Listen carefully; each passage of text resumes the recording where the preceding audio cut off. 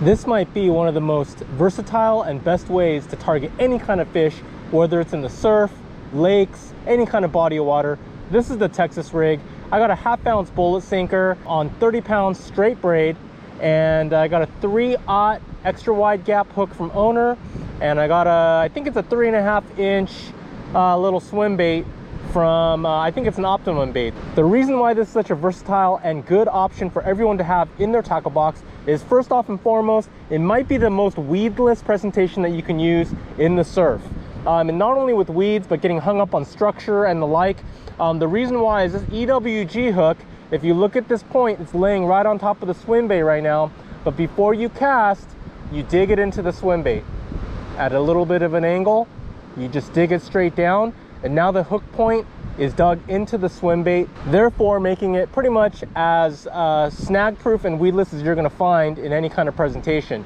I can throw this confidently anywhere, into rocks, reefs, anywhere there's just a lot of salad, anything, and I can have a lot of confidence in knowing that this is going to give me a decent chance of doing its thing and hopefully getting bit. It's a presentation that I haven't given enough due, and today I'm going to put a lot of time into it. I almost always have this with me, but I'm always throwing the Lucky Craft maybe 90% of the time because it's just what I love doing, and it's just something that brings me confidence.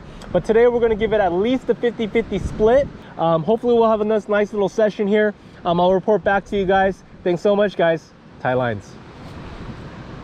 All right, guys, so let me show you how I'm hooking these things up. So I got a new fresh one on here. These things tear real easy. You put the hook point in and you bring it right back out without not too much room. Bring it all the way up to the top. Turn the hook point around, and then you measure with your thumb where the hook is ending. So I marked it with my thumbnail right there, and then I'm going to bring the hook point where my thumb is marked and bring it straight up.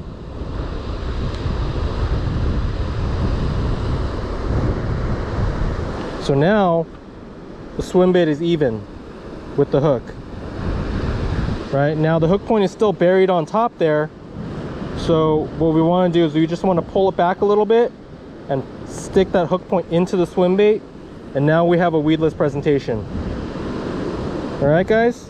Alrighty, fellas, so as I just mentioned, we're going to be throwing this Texas rigged swim bait. I got some Procure too, because I'm going to cheat. Put some scent on this, see if that helps.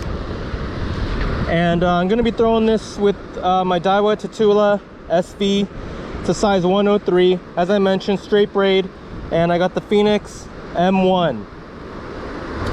And it's a 7'8", medium heavy. Bring out my cheat tube here. We're just gonna, it's a gel, real sticky, nasty. I'm just gonna squirt some in there. And the way I'm gonna be fishing this is super slow.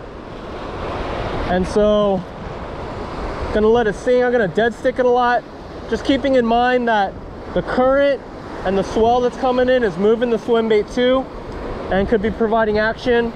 I think with this, because the hook point is inside the swim bait, when you get a bite, number one, you got to make sure they ate it all the way. That's not just a short bite. Wait a little bit, make sure they've committed to it, and then you're swinging for the fences, man. You really got to get that hook point out of the swim bait and into the mouth of whatever fish is eating it. So right now I can feel it bumping it through, but I feel totally confident. I got to keep my line tight. I don't want that braid wrapping up into stuff, but when I feel structure, I feel very, very confident that I'm still going to be able to swim it through whatever structure is down there.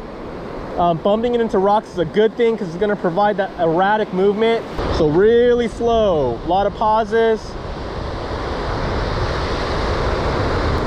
I'll raise my rod tip up a little bit every once in a while to pop it up. So this is my third cast, and nothing yet, no bumps, no nothing. So as you see, I've made, I think, 5 casts now, and only once or twice have I come up with any kind of salad, and it's not even been bad, maybe wrapped around the braid a little bit. Truly a weedless presentation, truly a snagless presentation. Don't get me wrong, you can snag anything, but this is going to be as snag proof as you're going to get. Love the M1, super sensitive, it's fast action, can really feel every little tap of the structure.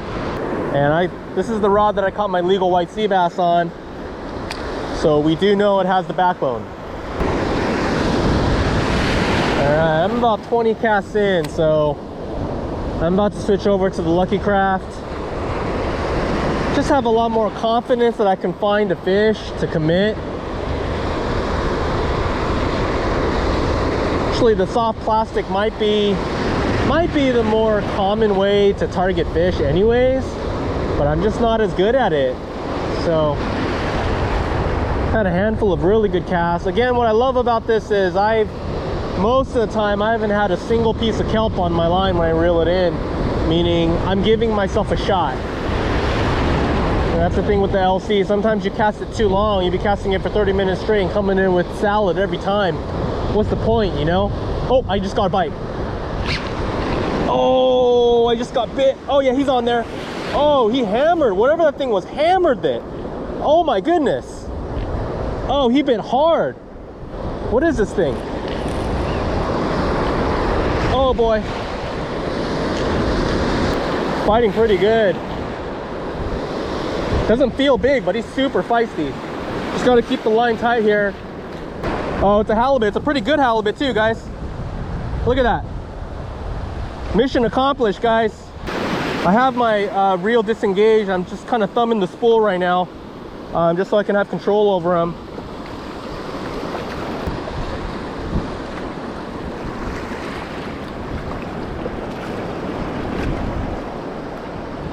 Yes, sir.